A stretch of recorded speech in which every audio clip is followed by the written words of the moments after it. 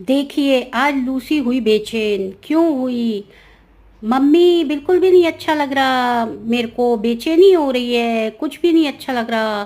कभी ऊपर जाती हूँ, कभी नीचे आती हूँ, कहीं ले चलो, बोरिंग बोरिंग सा हो रहा है। आउटिंग करा लाओ आज तो चल के। यहाँ पर तो बस वही सीढ़ियाँ, वही घर, समझ नहीं आ रहा है कहाँ जाऊँ, मन बहुत बेचैन हो रहा है।